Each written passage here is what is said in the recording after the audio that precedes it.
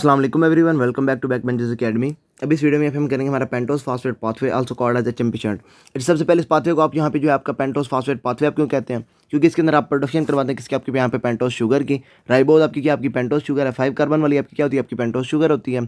अब ये जो आपकी पेंटोस शुगर है ये आपकी जाती है न्यूक्लियोटाइड्स की सिंथेसिस में। मतलब क्या, जब आपने सेल्स के अंदर आपने आरएनए या फिर आपने डीएनए सिंथेसाइज करवाना है, उसके लिए जो आपकी न्यूक्लिक एसिड्स हैं उनकी राइबोज शुगर आपकी कहाँ से आएगी, आपकी यहाँ पे पेंटोस फास्फेट पाथवे के थ्रू आएगी। उसके बाद इस पाथवे को आप यहाँ पे जो आपका एचएमपी शंट भी कहते हैं। एचएमपी का क्या मतलब है, यहाँ पे आपकी हेक्सोज मोनोफॉस्फेट। अब यहाँ पे क्या है, आपकी ग्लूकोज जो है ये आपकी है हेक्सोज शुगर। हेक्सोज के साथ जब आपकी एक फास्फेट आपकी अटैच हो जाएगी, वो आपकी क्या बन गई, आपके यहाँ पे एचएमपी। आपने क्या करवाना है, हेक्सोज मोनोफॉस्फेट को आपने यहाँ पे जो है शंट करवाना है। शंट का क्या मतलब है, आपने इसको धकेलना है किसी और पाथवे की तरफ। आप किसी भी चीज़ को धकेलते तभी जब आपके सेल्स के अंदर उसका लेवल आपका बहुत ज़्यादा हो जाता है। अब होगा क्या, जब आपके सेल्स के अंदर आपकी ग्लूकोज 6 फास्फेट जो है आपकी अबंडेंटली अवेलेबल होगी, तब आप क्या करेंगे, आपकी ये जो ग्लूकोज 6 फास्फेट है इसको आप यहाँ पे इसके नॉर्मल ग्लाइकोलिटिक पाथवे से आप इसको शंट करवाना शुरू कर देंगे इनटू अदर पाथवे। इस वजह से हम इसको क्या कहते हैं, आपके यहाँ पे जो है एचएमपी शंट। अच्छा, पाथवे को शुरू करने से पहले थोड़ा सा इस पाथवे के बारे में 2-4 चीज़ें देख लें। सबसे पहले आपका पाथवे हो कहाँ पर, आपके साइटोप्लाज्म के अंदर हो रहा है। इससे पहले हमने जो भी आपकी पाथवेज किए हैं उसके अंदर या तो हमने एटीपी को प्रोड्यूस किया या फिर हमने जो है वहाँ पे आपकी एटीपी यूटिलाइज की है। लेकिन इस पाथवे के अंदर ना तो हम एटीपी को यूज़ करेंगे और ना ही हम इसके अंदर आपकी जो है एटीपी उसको हम प्रोड्यूस करेंगे। उसके बाद जो है आपके जो हमने पीछे वाले पाथवेज थे उसके अंदर हमने देखा था हमारी जो एनर्जी ट्रैप हो रही थी in the form of NADH या फिर आपकी FADH2 के अंदर आपकी फॉर्म पे ट्रैप हो रही थी। लेकिन इस पाथवे के अंदर आपकी क्या है, आपकी एनर्जी ट्रैप होगी in the form of NADPH। यहाँ पे NADH आपका नहीं बनेगा। NADPH और आपके NADH दोनों आपके सेम नहीं है, दोनों आपके डिफरेंट हैं। NADH का काम क्या है, इसका आपको पहले से पता है। आपने इसने क्या करना है, आपके इलेक्ट्रॉन्स देने हैं टू आपकी इलेक्ट्रॉन ट्रांसपोर्ट चेन, और वहाँ से क्या होगी, आपका एटीपी सिंथेज चलेगा और वहाँ से आपकी एटीपी प्रोडक्शन होगी। लेकिन आपके NADPH जो है, इसके बारे में मैंने आपको पहले बता दिया, इसने ना तो आपके एटीपी प्रोड्यूस करवाने, ना आपके यहाँ पे एटीपी कंज्यूम होंगे। तो ये आपके NADPH आपकी कहाँ पे यूज़ होगी, NADPH आपकी यूज़ होगी इन रिडक्टिव रिएक्शंस। आपने सेल्स के अंदर जब आपने बायोसिंथेसिस करवानी है, रिडक्टिव बायोसिंथेसिस, फॉर एग्जांपल आपने वहाँ पे जो कोलेस्ट्रॉल सिंथेसिस करवानी है, आपने फैटी एसिड की सिंथेसिस करवानी है, या फिर आपने स्टेरॉइड हार्मोन्स की सिंथेसिस करवानी है। इसके लिए जो आपकी रिडक्टिव पावर है या फिर आपकी यहाँ पे एनर्जी जो है वो आपकी कहाँ से आएगी, वो आपकी आएगी फ्रॉम NADPH। अब ये आपकी रिडक्टिव बायोसिंथेसिस आपके कहाँ पे हो रही होती है, ये आपकी हो रही होती है इन लैक्टेटिंग मेमोरी ग्लैंड्स, जहाँ पे आप क्या करते हैं, इससे आप जो है आपकी फैटी एसिड्स वगैरह आपकी सिंथेसिस करवाते हैं। लीवर के अंदर आपकी फैटी एसिड्स वगैरह की सिंथेसिस करवाते हैं। एड्रीनल कॉर्टेक्स में आप क्या करते हैं, आपकी ये जो आपकी कोलेस्ट्रॉल है इससे आप क्या करते हैं, आपकी स्टेरॉइड हार्मोन्स वगैरह आपकी सिंथेसिस करवाते हैं। उसके बाद जो है आपके RBCs के अंदर ये आपकी NADPH आपकी यूज़ होती है। RBCs में आपकी ये क्यों होती है, क्योंकि वहाँ पे आपका एक डिफेंस मैकेनिज्म होता है जो आपका क्या होता है, आपका ये ग्लूटाथायोन। इसका काम क्या होता है, इसने आपका जो है ना वहाँ पे आपका रिड्यूस रहना होता है। और आपके सेल के अंदर क्योंकि आपको पता है आप कॉन्स्टेंटली आप जो है ऑक्सीजन आपकी बॉडी के अंदर ले रहे हैं, ऑक्सीजन जो आपकी बॉडी के अंदर जाकर कन्वर्ट हो जाती है इनटू रिएक्टिव ऑक्सीजन स्पीसीज। अब ये जो आपका NADPH है ना, इसने क्या करना होता है, आपकी जो आपके RBCs है ना उसको इसने बचाना होता है फ्रॉम रिएक्टिव ऑक्सीजन स्पीसीज। अब ये वाला पाथ हम जो है बाद में पूरे का पूरा मैं आपको वहाँ पे बताऊंगा। अभी यहाँ पे जो है ना थोड़ा सा इसका जो है ना ब्रीफ टच आपको बता दिया। अच्छा, ये तो सारा हो गया आपकी NADPH के बारे में। अब यहाँ पे बात करते हैं आपकी इस पाथवे के बारे में। सबसे पहले आपने इस पाथवे के बारे में याद रखना, इस पाथवे में आपके 2 तरह के रिएक्शंस हैं। एक वो जो है आपके क्या है, आपके रिवर्सिबल हैं, और एक आपके इरिवर्सिबल हैं। इसको आपने याद कैसे रखना है, आपने इर की बजाय इसको आपने याद रखना है नॉन रिवर्सिबल। अब यहाँ पे क्या है, आपके जो इरिवर्सिबल या फिर आपके नॉन रिवर्सिबल रिएक्शंस हैं वो आपके क्या हैं, आपके ऑक्सीडेटिव हैं, और जो आपके नॉन ऑक्सीडेटिव हैं वो आपकी क्या है, आपके रिवर्सिबल हैं। दोनों आपके ऑपोजिट हैं। अगर बात करेंगे आपके नॉन रिवर्सिबल की तो वो आपकी हो जाएंगे ऑक्सीडेटिव। अगर आप बात करेंगे यहाँ पे आपकी रिवर्सिबल की तो वो आपके हो जाएंगे नॉन ऑक्सीडेटिव। उस पाथवे से पहले आपको मैंने पहले बता दिया इसने क्या करना है, आपकी राइबोज देनी है फॉर न्यूक्लियोटाइड सिंथेसिस। अभी यहाँ पे हम बात करते हैं आपकी यहाँ पे ऑक्सीडेटिव स्टेप्स की। अच्छा, सबसे पहले क्या होना है, आपकी सेल के अंदर जैसे आपकी ग्लूकोज आएगी, ग्लूकोज आपकी कन्वर्ट होगी इनटू ग्लूकोज 6 फास्फेट। जब आपके सेल्स के अंदर इसका अबंडेंट लेवल हो जाएगा, आपकी सेल के अंदर बहुत ज़्यादा हो जाएगी, आपके सेल्स क्या करेंगे, इसको शंट करवाना शुरू कर देंगे। अब इस केस में क्या हो जाएगा, यहाँ पे आपका एक एंजाइम एक्ट करेगा जिसको आप क्या कहेंगे, आपके ग्लूकोज 6 फास्फेट का डिहाइड्रोजिनेज, जो क्या करेगा इसके अंदर डिहाइड्रोजिनेज एक्टिविटी करवाएगा। इस दौरान क्या हो जाएगा, आपकी यहाँ पे NADP as a coenzyme use होगी और वहाँ पे आप प्रोड्यूस करवा देंगे आपका NADPH। और यहाँ पे आपकी जो ये ग्लूकोज 6 फास्फेट है ये आपकी कन्वर्ट हो जाएगी इनटू 6 फास्फोग्लूकोनेट। अब ये यहाँ पे आपने याद रखना कि ये यहाँ पे आपका जो एंजाइम है ना, ये आपका स्टेप जो है ये आपके यहाँ पे रेगुलेटरी स्टेप है। मतलब कि अगर आपने पेंटोस फास्फेट पाथवे को आपने कंट्रोल करना है, आप क्या करें, इस स्टेप को आप यहाँ पे जो है आपका कंट्रोल कर लें। अब यहाँ पे आपकी प्रोड्यूस हो रही है आपकी NADPH। NADPH के बारे में आपने यहाँ पे याद रखना है, ये क्या करती है, आके आपकी ये कॉम्पिटेटिव इनहिबिटर आपकी ये ग्लूकोज 6 फास्फेट डिहाइड्रोजिनेज की।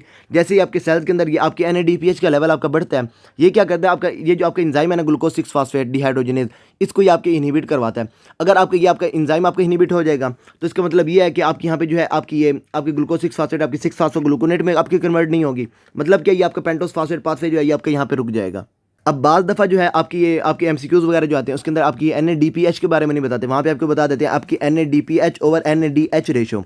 अब इसके बारे में आपने क्या याद रख लेना, सीधा सीधा सा, अगर आपके सेल्स के अंदर NADPH का लेवल बढ़ रहा है, मतलब आपका क्या आपका न्यूमरेटर आपका बढ़ रहा है, तो उसमें क्या हो जाएगा, आपकी ये रेशो जो है ये आपकी ज़्यादा हो जाएगी। अगर ये आपकी रेशो ज़्यादा हो रही है तो इसका मतलब ये है कि आपका ये जो पाथवे जो है आपका ये ग्लूकोज 6 फॉस्फेट डिहाइड्रोजनेज, क्योंकि आपकी NADPH आपकी वहाँ पे बढ़ी हुई है, तो ये क्या करेंगे आके यहाँ पे आपको इनहिबिट करवाएंगे, तो आपका ये जो पेंटोस फॉस्फेट पाथवे ये आपका यहाँ से रुक जाएगा। अगर आपके सेल्स के अंदर इसकी रेशो आपकी कम हो रही है तो उस केस में क्या हो जाएगा, आपकी सेल्स में अगर इसकी रेशो आपकी कम हो रही है तो इसका मतलब ये है कि आपके यहाँ पे न्यूमरेटर जो है वो आपका कम हो रहा है और डिनोमिनेटर आपका वहाँ पे बढ़ रहा है। तो अब इस केस में क्या हो जाएगा, आपकी जो NADPH ओवर NADP रेशो जब आपकी कम हो जाएगी तो ये क्या करेगी, आके यहाँ पे आपके जो है आपकी, क्योंकि आपकी सेल्स के अंदर आपकी NADPH जो है ये आपकी यहाँ पे कम है, वो क्या करेगी आके यहाँ पे स्टिमुलेट करवाएगी। NADP आपकी यहाँ पे ज़्यादा है, वो भी आके इसको स्टिमुलेट करवाएगी और ये एंजाइम क्या करेगा, आपकी ग्लूकोज 6 फॉस्फेट डिहाइड्रोजनेज को कन्वर्ट कराना शुरू कर देगा इनटू 6 फॉस्फोग्लूकोनेट। एमसीक्यूज़ में आपको वहाँ पे बता देंगे आपके सेल जो है वो आपको कोई मतलब इस तरह का सेल बता देंगे जिसके अंदर आपकी जो है NADPH आपकी जो है वो आपकी बहुत ज़्यादा कंज्यूम हो रही है। उस केस में पूछ लेंगे आपकी जो ग्लूकोज 6 फॉस्फेट डिहाइड्रोजनेज एक्टिविटी है इसके ऊपर क्या आपका अफेक्ट आएगा। तो आपने सिंपल से याद रख लेना, NADPH और NADP रेशो आपकी वहाँ पे कम हो जाएगी, क्योंकि आपकी जो है NADPH आपकी वहाँ पे कॉन्स्टेंटली आपके वहाँ पे कंज्यूम हो रहे हैं। तो अब इस केस में क्या हो जाएगा, आपका ये वाला जो स्टेप है आपका ये ग्लूकोज 6 फॉस्फेट डिहाइड्रोजनेज ये आपके यहाँ पे स्टिमुलेट होगा, तो ये आपका स्टेप आपके यहाँ पे ज़्यादा काम कर रहा होगा, आपकी ज़्यादा 6 फॉस्फोग्लूकोनेट काम कर रही होगी, मतलब कि आपके यहाँ पे जो है ना ग्लूकोज 6 फॉस्फेट यहाँ पे ज़्यादा कन्वर्ट हो रही होगी इनटू 6 फॉस्फोग्लूकोनेट। इस स्टेप के बारे में आपने यहाँ पे क्या याद रखना है, आपका ये वाला रेगुलेटरी स्टेप है, आपने इस स्टेप को अगर कंट्रोल कर लिया तो आप यहाँ पे क्या कर रहे हैं, अपने पेंटोस फॉस्फेट पाथवे को आप यहाँ पे कंट्रोल कर रहे हैं। अच्छा, इस दौरान आपकी यहाँ पे जो NADPH आपकी प्रोड्यूस हुई, आपकी यहाँ पे इस पाथवे के अंदर सबसे पहले आपकी NADPH प्रोड्यूस हुई। इसके बाद क्या होगा, आपकी ये जो 6 फॉस्फोग्लूकोनेट है आपकी कन्वर्ट होगी इनटू राइबोलोज 5 फॉस्फेट। और इस दौरान अब अच्छा यहाँ पे एक चीज़ है, आपकी जो ग्लूकोज है आपकी होती है 6 कार्बन वाली। अब यहाँ पे हमने कोई कार्बन डाइऑक्साइड अगर आप यहाँ पे नहीं निकाली तो इसका मतलब ये आपकी ये जो 6 फॉस्फोग्लूकोनेट है ये भी आपकी है यहाँ पे 6 कार्बन वाली। अब आपने यहाँ पे बनानी है राइबोलोज वाली जो आपकी शुगर्स होती है वो आपकी होती है 5 कार्बन वाली। मतलब क्या, आपने 6 कार्बन में से एक कार्बन आपने निकालनी है, कार्बन आप यहाँ पे निकालेंगे in the form of carbon dioxide. यहाँ पे आपका एक दोबारा से एंजाइम होगा, आपका हाइड्रोलेज यहाँ पे आपका एक्ट करेगा, वो क्या करेगा, आपके 6 फॉस्फोग्लूकोनेट को कन्वर्ट करवा देगा इनटू आपके राइबोलोज 5 फॉस्फेट। इस दौरान आपकी एनर्जी ट्रैप होगी in the form of NADPH। दोबारा से यहाँ पे आपका जो है NADP आपके यहाँ पे कौन सा यूज होगा, NADPH आपके यहाँ पे प्रोड्यूस होगा। अब इस पाथवे के अंदर आपने यहाँ पे जो आपकी दूसरी NADPH है वो आपने इस स्टेप के अंदर आपके यहाँ पे जो है ना आपकी प्रोड्यूस करवा ली। अच्छा, यहाँ तक कि जो आपके स्टेप्स थे वो आपके कौन से थे, आपके ऑक्सीडेटिव स्टेप्स। आप क्या कर रहे थे, आपकी जो है ना ये आपकी जो ग्लूकोज 6 फॉस्फेट है इसको आप ऑक्सीडाइज करवा रहे थे, और उसके नतीजे में क्या हो रहा था, आपकी यहाँ पे जो NADPH है वो आपकी क्या हो रही थी, आपकी यहाँ पे रिड्यूस हो रही थी। आप हाइड्रोजन ऐड कर रहे थे, हाइड्रोजन जहाँ पे भी आप ऐड करवाते हैं वो आपकी क्या होती है, आपकी रिडक्शन होती है। ग्लूकोज 6 फॉस्फेट आपकी ऑक्सीडाइज हो रही थी, आपकी जो है NADPH ये आपकी क्या हो रही थी, आपकी रिड्यूस हो रही थी। अब यहाँ पे आपका जो पाथवे है इसके अंदर भी आपको यहाँ पे दिखा रहे हैं कि ये वाले जो स्टेप्स हैं सारे आपके सिर्फ आगे की तरफ जा रहे हैं, आपके पीछे की तरफ आपका कोई स्टेप नहीं आ रहा। तो ये आपके कौन से हो गए, आपके यहाँ पे इरिवर्सिबल स्टेप्स हो गए। इरिवर्सिबल स्टेप्स के अंदर आपका फाइनल प्रोडक्ट आपका क्या बनेगा, यहाँ पे आपका राइबोलोज 5 फॉस्फेट। अब आपने ये जो आपके राइबोलोज 5 फॉस्फेट है इसको आपने यहाँ पे जो आपने है इसको कन्वर्ट करवाना है टू राइबोज 5 फॉस्फेट। यहाँ पे आपका एंजाइम एक्ट करके जो आप क्या कहेंगे, आपके यहाँ पे फॉस्फोपेंटोज आइसोमरेज। अब ये जो है ना आपकी यहाँ पे राइबोज 5 फॉस्फेट, और उसके बाद आपकी यहाँ पे जो है राइबोज 5 फॉस्फेट जो आपकी कन्वर्ट हो जाएगी इंटू फ्रुक्टोज 6 फॉस्फेट। फ्रुक्टोज आपकी दोबारा से यहाँ पे कन्वर्ट हो सकती है इंटू आपकी ग्लूकोज 6 फॉस्फेट। इसके साथ साथ आपकी जो राइबोज 5 फॉस्फेट है ये आपकी कन्वर्ट हो जाएगी इंटू ग्लाइसरल्डिहाइड 3 फॉस्फेट।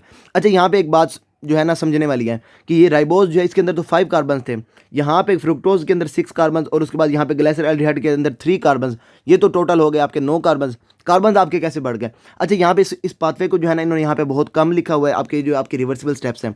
ऐसा करता हूँ मैं आपको यहाँ पे जो है ना एक पिक्चर के अंदर इसके रिवर्सिबल स्टेप्स आपको वहाँ पे दिखाता हूँ, उसके बाद फिर यहाँ पे आते हैं। अच्छा, ये आगे यहाँ पे आपकी पेंटोस फॉस्फेट पाथवे। इसमें सबसे पहले आपका क्या, आप यहाँ पे ग्लूकोज 6 फॉस्फेट को आपको कन्वर्ट करवाते हैं इंटू 6 फॉस्फोग्लूकोनेट। इस दौरान आपकी एक प्रोड्यूस होती है आपकी NADPH, ये आपका रेगुलेटरी स्टेप है। यहाँ पे आपका एंजाइम होता है कौन सा, आपका यहाँ पे ग्लूकोज 6 फॉस्फेट डिहाइड्रोजनेज। उसके बाद ये जो आपकी है 6 फॉस्फोग्लूकोनेट इसको आप कन्वर्ट करवाते हैं इंटू राइबोलोज 5 फॉस्फेट। इस दौरान आपकी दोबारा से NADPH प्रोड्यूस होती है। 6 फॉस्फोग्लूकोनेट आपकी है 6 कार्बन, यहाँ पे आपने 5 कार्बन बनाई है, तो एक कार्बन आपकी यहाँ पे निकलेगी in the form of carbon dioxide. अब ये जो आपकी NADPH है जो आपने यहाँ पे प्रोड्यूस करवाई है ये आपकी जाएगी रिडक्टिव रिएक्शंस के अंदर, और वहाँ पे आपकी जो है ना चीज़ें सिंथेसाइज करवा रही होगी। एनाबॉलिक का क्या मतलब है, आपकी यहाँ पे चीज़ें जो है आपकी वो सिंथेसाइज हो रही हैं। इसके बाद जो है ये आपकी राइबोलोज 5 फॉस्फेट ये आपकी डायरेक्टली कन्वर्ट हो जाएगी इंटू राइबोज 5 फॉस्फेट, और उसके साथ आपकी ये जो राइबोलोज 5 फॉस्फेट है ये आपकी यहाँ पे कन्वर्ट हो जाएगी इंटू ज़ाइलुलोज 5 फॉस्फेट। अब यहाँ पे 5 कार्बन इसके हैं, 5 कार्बन इसके हैं। अब ये जो है आपके दोनों मिलेंगे। यहाँ पे आपने एक चीज़ याद रखनी, यहाँ पे आपकी एक चीज़ है आपकी ट्रांसकीटोलेज एक्टिविटी।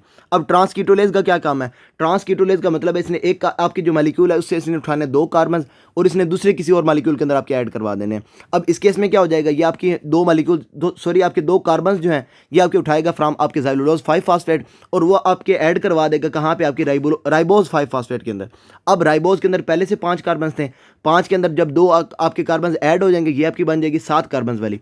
अब यहाँ पे 7 कार्बन वाली आपकी क्या बनेगी? सीडोहेप्टुलोज 7 फास्फेट। अब यहाँ पे 7 कार्बन तो आ गए, 5 में से अगर आप मतलब टोटल आपके 10 थे, 10 में से आपने 7 निकाले, बाकी आपके 3 कार्बन बच गए। 3 कार्बन वाली आपके यहाँ पे क्या बन जाएगी? आपके यहाँ पे ग्लाइसिल एल्डिहाइड 3 फास्फेट। अब इसका आपका ऑपोजिट भी चल सकता है, आपके ग्लाइसिल एल्डिहाइड 3 फास्फेट और आपकी जो है सीडोहेप्टुलेज जो है ये आपकी जब आपके मिलेंगे तो ये आपकी क्या बना देंगे? यहाँ पे आपकी राइबोज 5 फास्फेट और आपकी ज़ाइलुलोज 5 फास्फेट। और आपकी ये जो ज़ाइलुलोज 5 फास्फेट है ये दोबारा आपकी कन्वर्ट हो जाएगी आपकी राइबोलोज 5 फास्फेट के अंदर और वहाँ से आपकी दोबारा से आपको राइबोज 5 फास्फेट आपकी दे देगी। अच्छा, यहाँ पे जो है अगर हम बात करें आगे की तरफ ही तो सीडोहेप्टुलोज आपकी मिलेगी ग्लाइसिल एल्डिहाइड के साथ और यहाँ पे ये क्या कर देंगे? 7 और 3 10 कार्बन आपके मिले।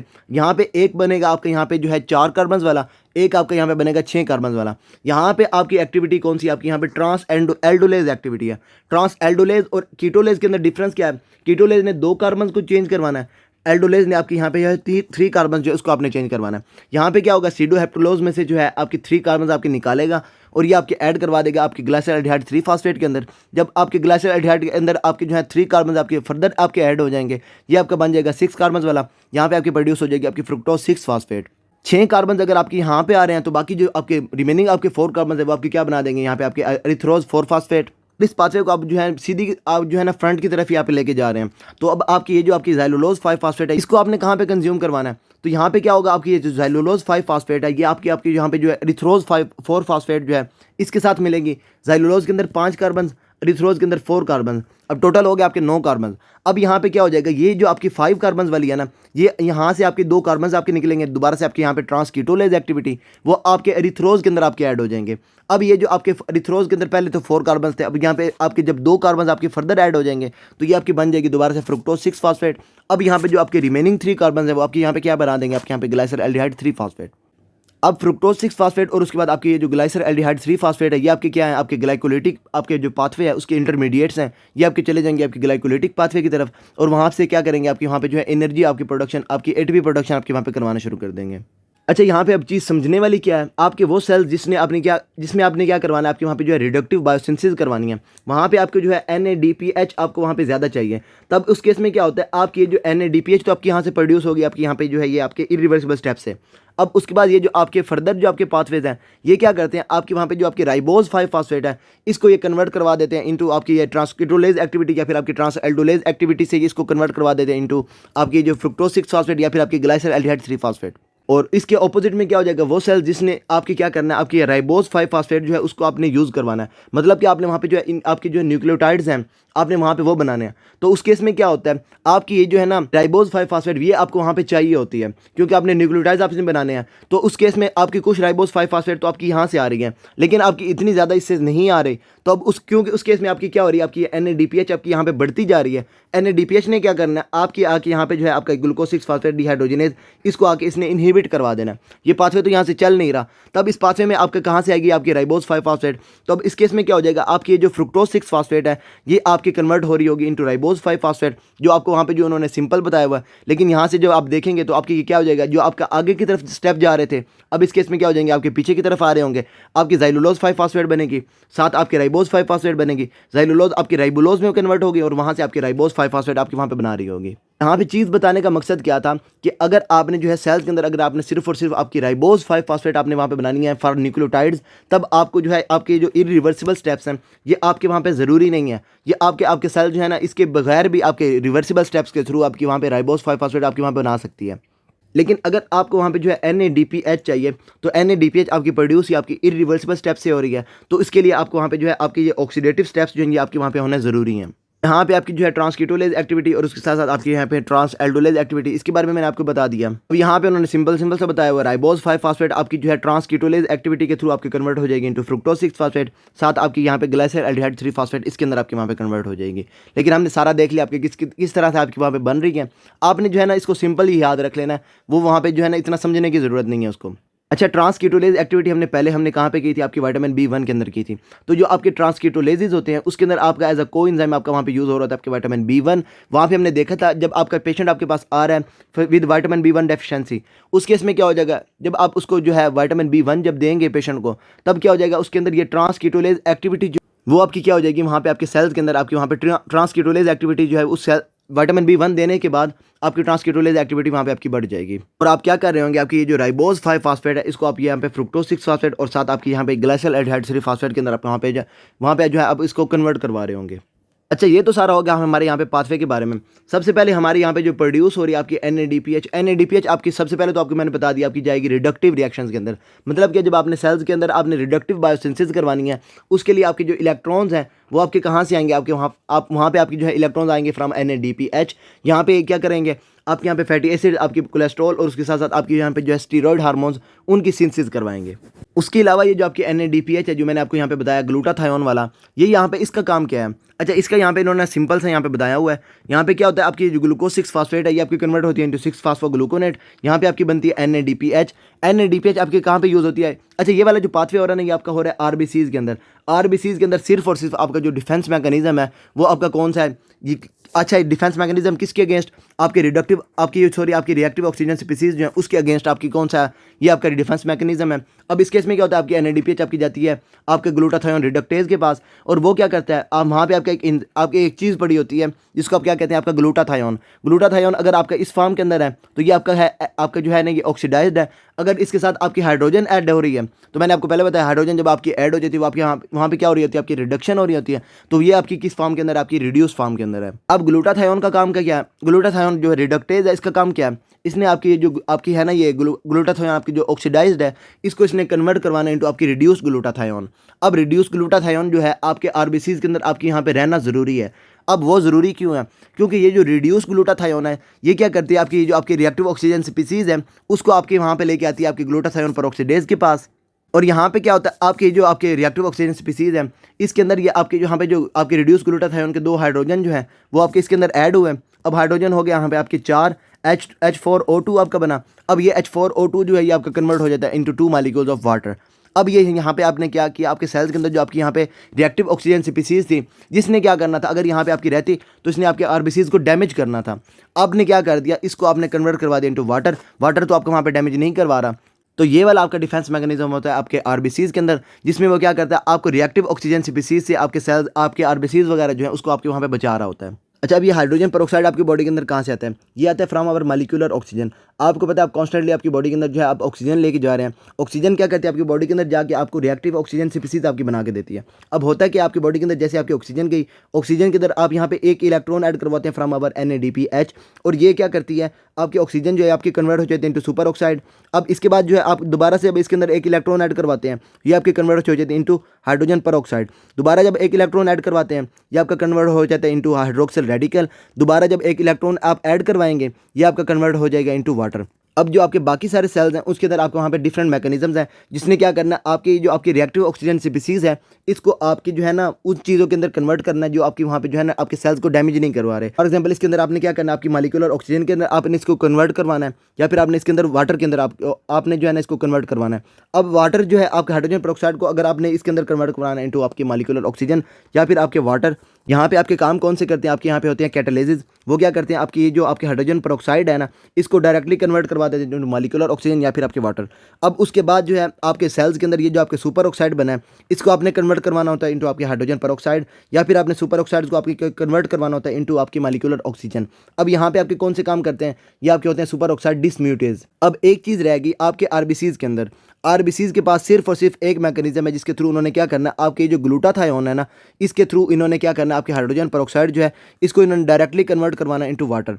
अब ये जो है ना आपका ग्लूटाथायोन वाला आरबीसीज के अंदर सिर्फ और सिर्फ ये वाला आपका मैकेनिज्म है। इसके अलावा ये जो बाकी है ना आपके कैटालिसिस या फिर आपकी जो है ना सुपर ऑक्साइड डिसम्यूटेसिस वगैरह, ये आपके वहाँ पे नहीं पड़े हुए। अब इस दौरान क्या होता है, आपका ये जो आपका हाइड्रोजन परऑक्साइड है ना, इसको आप कन्वर्ट करवाते हैं इनटू आपकी जो वाटर, और इस दौरान क्या होता है, आपका ये जो आपका ग्लूटाथायोन रिड्यूस्ड फॉर्म में जो था वो आपका कन्वर्ट हो जाता है इनटू आपका ऑक्सीडाइज्ड ग्लूटाथायोन। अब आपका ये जो आपका रिड्यूस ग्लूटाथायोन है, इसको आपने अगर कॉन्स्टेंटली आपने रिड्यूस रखना है, उसके लिए आपको चाहिए यहाँ पे आपके NADPH। NADPH हमारी कहाँ से आ रही है, from our pentose phosphate pathway. अब वहाँ पे जो है आपका पेंटोस फास्फेट पाथवे को रेगुलेट करने वाला आपका स्टेप कौन सा है, आपका वहाँ पे आपका ये वाला ग्लूकोज 6 फास्फेट डिहाइड्रोजनेज वाला।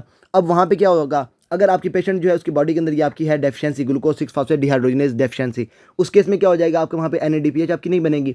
अच्छा, सबसे पहले आपकी कौन सी आपकी इंजाइम वाली डेफिशिएंसी है, तो इंजाइम्स वाले मैंने आपको पहले बताया आपकी कौन सी होती है, आपके यहाँ पे रिसेसिव डिसऑर्डर्स होते हैं, और ये आपके कहाँ पे प्रेजेंट करते हैं, आपके बच्चों के अंदर आपको वहाँ पे प्रेजेंट कर रहे होते हैं। उसके बाद ये आपकी क्या है, आपकी एक्स लिंक्ड है। और उसके बाद आपने एक चीज़ के बारे में याद रख लेनी है कि आपकी ह्यूमन इंजाइम डेफिशिएंसी के अंदर आपकी मोस्ट कॉमन डेफिशिएंसी आपकी किसकी है, ये आपकी ग्लूकोज 6 फास्फेट डिहाइड्रोजनेज डेफिशिएंसी है। और उसके बाद ये आपकी मोस्ट प्रेवलेंट आपकी कहाँ पे, आपकी ये आपकी जो है ना आपकी malarial endemic region, for example आपकी जो है ना सब सहारन अफ्रीका के अंदर, या फिर आपके जो पेशेंट है आपके फ्रॉम साउथ ईस्ट एशिया, उनके अंदर आपकी ये जो है ना आपकी ये वाली मोस्ट कॉमन है। अच्छा, अब इस केस में क्या हो जाएगा, ये आपकी NADPH आपकी वहाँ पे नहीं बन रही, NADPH नहीं बन रही, तो इसका मतलब ये है कि आपका ये जो रिड्यूस ग्लूटाथायोन है, ये आपका जो है वो दोबारा से आपके जो है ना हाइड्रोजन पेरोक्साइड को आपके वाटर के अंदर कन्वर्ट नहीं करवा रहा।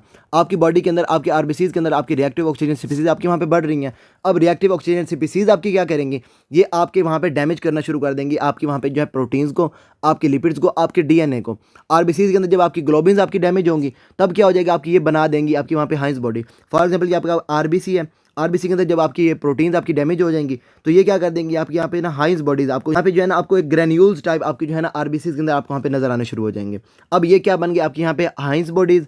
अब ये जो है हाइंस बॉडीज़ या फिर आपके आरबीसीज जो हैं, जिनके अंदर ये आपकी हाइंस बॉडीज़ हैं, ये जब जाएंगे आपके स्प्लीन के पास, तो स्प्लीनिक मैक्रोफेजेस क्या करेंगे, वो क्या करेंगे, ये जो आपके हाइंस बॉडीज़ वाला एरिया है ना, इसको वहाँ से ख़त्म करवाएंगे। अब क्या होगा, यह आपका मैक्रोफेज आया, वो आके इसको यहाँ से मतलब जो है ना इंगल्फ करेगा, इसका एक बाइट लेगा, और उसके बाद इस पोर्शन जो है इसको आरबीसी से वहाँ से अलहदा कर देगा। अब इन्होंने बाइट लिया आपके स्प्लीनिंग मैक्रोफेजेस ने, इस वजह से हम इसको क्या कहेंगे, आपका वहाँ पे बाइट सेल। अब क्या होगा, जैसे ही आपका वहाँ पे जो है ना इन्होंने बाइट लिया, इसके बाद क्या हो जाएगा, जहाँ से इन्होंने बाइट लिया वहाँ से मेम्ब्रेन आपकी ख़राब हो गई, और बाकी दोबारा से आपकी मेम्ब्रेन उस तरीके से ही मतलब दोबारा आपकी वहाँ पे पड़ी हुई है। ये बाइट सेल्स वाले आपके जो है ना आपके आरबीसीज, ये जब जाएंगे आपके दोबारा पेरिफेरल सर्कुलेशन में, तो इनके पास आप वहाँ पे जो है इनकी मेम्ब्रेन जो है इसकी डिसरप्ट है, तो ये क्या हो जाएगी, आपके वहाँ पे जो है ना दोबारा से इनकी हिमोलिसिस हो जाएगी। अच्छा, ग्लूकोज 6 फास्फेट डिहाइड्रोजनेज डेफिशिएंसी जब पेशेंट के अंदर होगी, तब आपके आरबीसीज के अंदर क्या हो जाएगी, आपको वहाँ पे जो है ना आपको ये आरबीसीज आपके डैमेज हो जाएंगे, और आपका जो पेशेंट है उसके अंदर वहाँ पे जो है आपको हिमोलिटिक एनीमिया नजर आएगा। हिमोलिटिक तो मैंने आपको बता दिया, हिमोलिसिस की वजह से आपका हो रहा होगा, आपके आरबीसीज जो है आपके वहाँ पे आपके डैमेज हो रहे हैं from our reactive oxygen species. उसके बाद एनीमिया क्या होता है, एनीमिया होता है आपकी डिक्रीज इन एचबी जब आपकी पेशेंट की कम हो रही हो, और वो हो रही हो बिकॉज ऑफ हिमोलिसिस, उसको आप क्या कहते हैं, आपका हिमोलिटिक एनीमिया। और ये आपका होता है बिकॉज ऑफ पुअर डिफेंस आपका अगेंस्ट ऑक्सीडाइजिंग एजेंट। अब क्या, अगर आपका जो पेशेंट है वो आपके पास आ रहा है, उसने कोई आपकी ऐसी चीज़ें ली हैं जो आपकी क्या कर रही हैं, आपकी बॉडी के अंदर आपकी रिएक्टिव ऑक्सीजन स्पीसीज आपकी वहाँ पे बढ़ा रही हैं।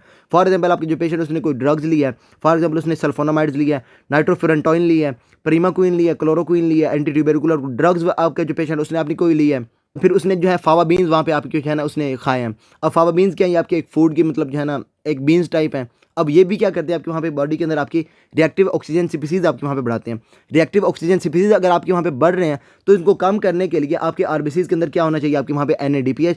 लेकिन क्योंकि पेशेंट जो है उसके अंदर क्या है, आपकी ये ग्लूकोज 6 फास्फेट डिहाइड्रोजनेज की डेफिशिएंसी है, इस केस में क्या हो जाएगा, आपके वहाँ पे जो है ये आपके NADPH आपका वहाँ पे कम होगा। NADPH आपका कम होगा, तो ये क्या करेगा, आपके वहाँ पे जो है ये आपका जो है आपकी रिएक्टिव ऑक्सीजन स्पीसीज है, ये डायरेक्टली आपके वहाँ पे आरबीसीज को आपके डैमेज करेंगे आपका वहाँ पे, क्योंकि आपका वहाँ पे डिफेंस नहीं पड़ा हुआ। आरबीसीज आपकी जैसे डैमेज हो जाएंगे, वहाँ पे आपकी क्या हो जाएगी, आपके वहाँ पे हिमोलिसिस हो जाएगी।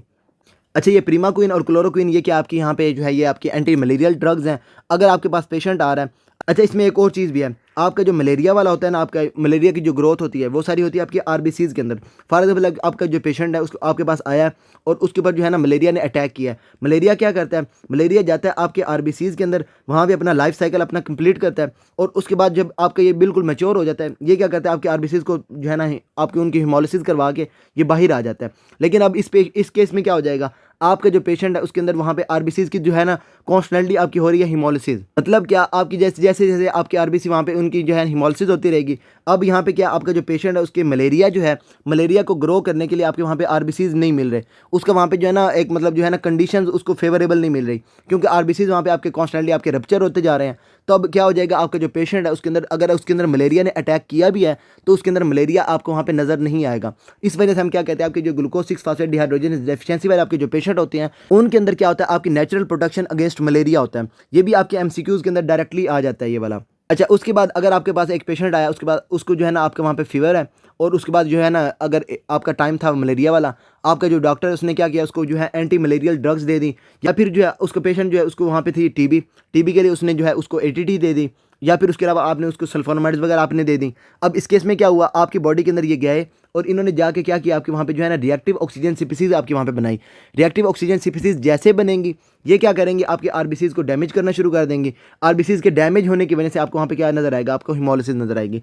अगर आपके पास एक पेशेंट आया और आपको बता रहे हैं, वो आपके पास डॉक्टर के पास गया कुछ दिन पहले आपके फीवर के साथ, फीवर के बाद जो है अब आपके पास आ रहा है कुछ दिन के बाद, उसके बाद उसको वहाँ पे जो है अब यहाँ पे हिमोलिटिक अनीमिया है, और उसके साथ साथ आपको वहाँ पे बता रहे हैं, आपने जब उसका ब्लड चेक किया है आपको वहाँ पे हाइंस बॉडी वाइट सेल वगैरह आपको वहाँ पे नजर आए हैं, तो आपकी यहाँ पे कंडीशन कौन सी है, यहाँ पे आपका क्या हो जाएगा, आपका पेशेंट जो है वो आपका होगा ग्लूकोज 6 फास्फेट डिहाइड्रोजनेज डेफिशिएंसी वाला। और ये आपको जो है मोस्टली आपको जो है ना ब्लैक पीपल आपके अफ्रीका के अंदर या फिर आपके साउथ ईस्ट एशिया के अंदर आपको वहाँ पे नजर आ रहे होंगे। काम इसके अंदर बिल्कुल सिंपल सा है, इसने क्या करना है, आपके रिएक्टिव ऑक्सीजन स्पीसीज को आपके बढ़ा के वहाँ पे क्या करना है, आपके वहाँ पे डैमेज करवा रहे होना है। अच्छा, उसके बाद अगर आपका जो पेशेंट है उसको वहाँ पे हुई इन्फेक्शन के बाद आपके पास पेशेंट आ रहा है विद हिमोलिसिस। अब उस केस में भी क्या है, आपका वहाँ पे जो है ये डेफिशिएंसी आपकी किसकी, ग्लूकोज 6 फास्फेट डिहाइड्रोजनेज की। अब इस केस में क्या होगा, जैसे आपकी इन्फेक्शन हुई, इन्फेक्शन में क्या होता है, आपकी बॉडी के अंदर जाता है बैक्टीरिया, बैक्टीरिया की फैगोसाइटोसिस होती है बाय आवर डब्ल्यूबीसीज क्या करते हैं, उसको फैगोसाइटोज करते हैं और उसके बाद जो है उसकी किलिंग करवाते हैं।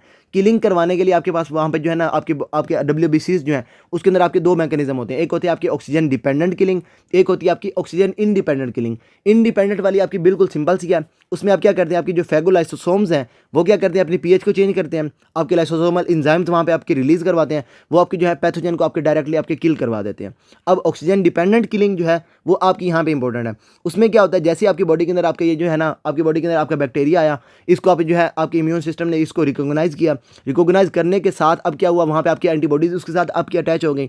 अब फैगोसाइट आया, फैगोसाइट ने आके उसको क्या कर लिया, आपकी बॉडी के अंदर इंगल्फ कर लिया, इंटरनलाइजेशन हुई आपकी बैक्टीरिया की। अब जैसे ही इसकी इंटरनलाइजेशन होती है आपकी बॉडी के अंदर, जैसे ही आपके फैगोसाइट के अंदर आपके ये बैक्टीरिया गया, इसने जाते साथ क्या करना है, वहाँ भी आपका एक एंजाइम होता है जिसको आप क्या कहते हैं, आपका NADPH ऑक्सीडेज, इसको इसने क्या करना है, वहाँ पे जाके इसने इसको एक्टिवेट करवा देना है। जैसे ही एक्टिवेट होगा, अब इसका काम क्या है, इसने क्या करना है, NADPH के अंदर ऑक्सीडेज एक्टिविटी करवानी है। NADPH जहाँ पे जिसके अंदर क्या आपकी रिडक्शन है, आपके वहाँ पे रिड्यूस वाली आपकी पावर है, उसके अंदर जब आपने ऑक्सीडेज एक्टिविटी करवानी है तो इसमें क्या हो जाएगा, आपके यहाँ पे H आपका रिलीज होगा। मतलब क्या, सिंपल वर्ड्स में आपके यहाँ पे जो है इलेक्ट्रॉन आपका रिलीज होगा। ये इलेक्ट्रॉन कहाँ पे जाएगा, ये आपका जाएगा to our molecular oxygen. Molecular oxygen के अंदर जब आपको मैंने पहले बताया, जब आपके अंदर आप ऑक्सीजन के अंदर आप जब इलेक्ट्रॉन को ऐड करवाते हैं, ये आपका कन्वर्ट हो जाता है into oxygen super oxide. Super oxide के अंदर आपका कन्वर्ट हुआ। अब यहाँ पे क्या हो जाएगा, यही सुपर ऑक्साइड क्या करेंगे, आपके वहाँ पे जो है आपके डैमेज करवा रहे होंगे आपके, ये मतलब ये क्या है, सुपर ऑक्साइड से आपके वहाँ पे जो है आपके फर्दर बनेंगे, आपके हाइड्रोजन पेरोक्साइड बन जाएगा, आपका ऑक्सीजन आपका हाइड्रोक्सिल रेडिकल वगैरह आपके बन जाएंगे, आपके मतलब क्या आपके रिएक्टिव ऑक्सीजन स्पीसीज आपके वहाँ पे बनेंगे, और वो क्या करेंगे, आपके वहाँ पे जो है आपके आरबीसीज को डैमेज करवाएंगे। अब ये NADPH जो है ऑक्सीडेज, इसका काम क्या था, इसने जो है आपकी जो है ना ऑक्सीजन आपकी जो सराउंडिंग में पड़ी हुई है, इसको इसने डायरेक्टली कन्वर्ट करवा देना इनटू सुपर ऑक्साइड। अब इस दौरान आपका NADPH आपका हो गया ऑक्सीडाइज्ड, और ये इसने क्या किया, आपकी जो ऑक्सीजन है उसके अंदर क्या किया, इसने उसके अंदर ये जो है ना इलेक्ट्रॉन ऐड करवाया। इलेक्ट्रॉन ऐड करवाने को हम क्या कहते हैं, आपकी रिडक्शन। ऑक्सीजन के अंदर इसने क्या कर दिया, आपकी रिडक्शन करवा दी।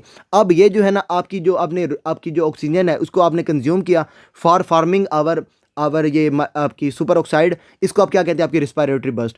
Rapid oxygen consumption for forming our super oxide is called as respiratory burst. अब इसको इस दौरान क्या हो जाएगा, आपका बनेगा आपका सुपर ऑक्साइड, और ये क्या करेगा, आपके बाद में दोबारा से कन्वर्ट हो जाएगा इनटू ये आपके हाइड्रोजन पर ऑक्साइड, और ये क्या करेंगे, आपके वहाँ पे जो है ना रिएक्टिव ऑक्सीजन स्पीसीज बना के आपके वहाँ पे जो है आपके आरबीसीज को डैमेज करवाएंगे। इसके अलावा इन्फ्लेमेटरी रिस्पॉन्स क्या करते हैं, आपकी बॉडी के अंदर आपके फ्री रेडिकल्स आपके बढ़ा देते हैं। फ्री रेडिकल्स के क्या मतलब है, आपके वहाँ पे जो है आपकी रिएक्टिव ऑक्सीजन स्पीसीज आपके वहाँ पे बनेंगी। रेडिकल्स जाएंगे आपके ऑक्सीजन जो है उसके साथ आपके जाके जब रेडिकल मिलेंगे दोबारा से आपके वहाँ पे जो है ऑक्सीजन रेडिकल्स बना देंगे, वो आपके क्या हो जाएंगे, आपके रिएक्टिव ऑक्सीजन स्पीसीज आपके डैमेज करेंगे आपके आरबीसीज को। आरबीसीज के अंदर जब पहले से आपका वहाँ पे जो है ये आपका प्रोटेक्टिव मैकेनिज्म ही वहाँ पे आपका नहीं पड़ा हुआ, तो अब क्या हो जाएगा, आपके आरबीसीज जो है आपके रप्चर होना शुरू हो जाएंगे, और रप्चर की वजह से आपको वहाँ पे क्या नजर आएगा, आपका हिमोलिसिस वहाँ पे आपको जो है ना नजर आनी शुरू हो जाएगी। अच्छा, ये आपका जो है ना, ये आपका ऑक्सीडेटिव स्ट्रेस जो है ये आपका होता कब है, जब आपकी बॉडी के अंदर सबसे पहले या तो आपके यहाँ पे जो है ना NADPH नहीं पड़ी, या फिर आपकी बॉडी के अंदर जो आपके आपके एस वाइटामिन है, आपके एंटीऑक्सीडेंट वाइटामिन, वो आपकी बॉडी के अंदर जो है ना आपके कम हुए हैं। उस केस में क्या हो जाएगा, आपके वहाँ पे जो है पेशेंट उसके अंदर वहाँ पे अब जो है ये आपको ऑक्सीडेटिव स्ट्रेस आपको नजर आएगा, और ऑक्सीडेटिव स्ट्रेस की वजह से ऑक्सीडेटिव डैमेज आपको वहाँ पे जो है आरबीसीज के अंदर आपको नजर आएगा। तो ग्लूकोज 6 फास्फेट डिहाइड्रोजनेज डेफिशिएंसी के अंदर सबसे पहले आपने क्या याद रखना है, इसमें क्या होता है, आपका NADPH आपका नहीं बनता, NADPH नहीं बनेगा, आपको वहाँ पे जो है आपका पेशेंट जो है आपको वो हिमोलिटिक एनीमिया के साथ आपको प्रेजेंट करेगा।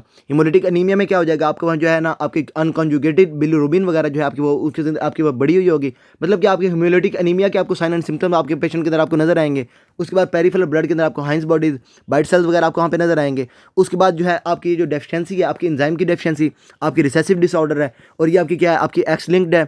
और उसके बाद जो है ये आपकी जो है मोस्ट कॉमन है आपकी कहाँ पे, आपकी ये आपकी जो है ना मलेरियल एंडेमिक रीजन के अंदर जो आपकी कौन सी हो जाती है, आपकी ये सब सहारन अफ्रीका या फिर आपकी जो है ना साउथ ईस्ट एशिया वगैरह, उसके अंदर आपकी यहाँ पे बहुत कॉमन है। उसके बाद जब आपके पास पेशेंट आएगा तो वो आपके पास मोस्टली जो आएगा वो आपके साथ आपके पास आएगा विद सल्फोनामाइड, या फिर आपके जो पेशेंट है उसने आपकी कोई ऐसी ड्रग ली है, आपके पास पेशेंट आया ATT के साथ, अब आपने उसको जो है ना, आपका पेशेंट आया आपके पास वो ट्यूबरकुलोसिस के साथ, आपने उसको ATT के बाद अब कुछ दिन के बाद उसके अंदर क्या हो रही है, आपकी वहाँ पे हिमोलिसिस हो रही है, HP उसकी कम हो रही है, तो वो क्या हो जाएगा, आपका ये पेशेंट जो है आपका ग्लूकोज 6 फास्फेट डिहाइड्रोजनेज डेफिशिएंसी का होगा। या फिर आपका जो पेशेंट है उसके बाद उसको आपने क्या किया, आपके एंटी मलेरियल ड्रग्स दे दी, लेकिन मलेरिया तो उसकी बॉडी के अंदर हो ही नहीं रहा। अब क्या हुआ है, उसकी बॉडी के अंदर वहाँ पे आपकी ना रिएक्टिव ऑक्सीजन स्पीसीज आपकी बड़ी हैं, वो आपकी क्या कर रही है, आपके आरबीसीज वगैरह को आपकी डैमेज कर रही हैं, और आपकी क्या हो रही है, वहाँ पे आपकी हिमोलिसिस हो रही है।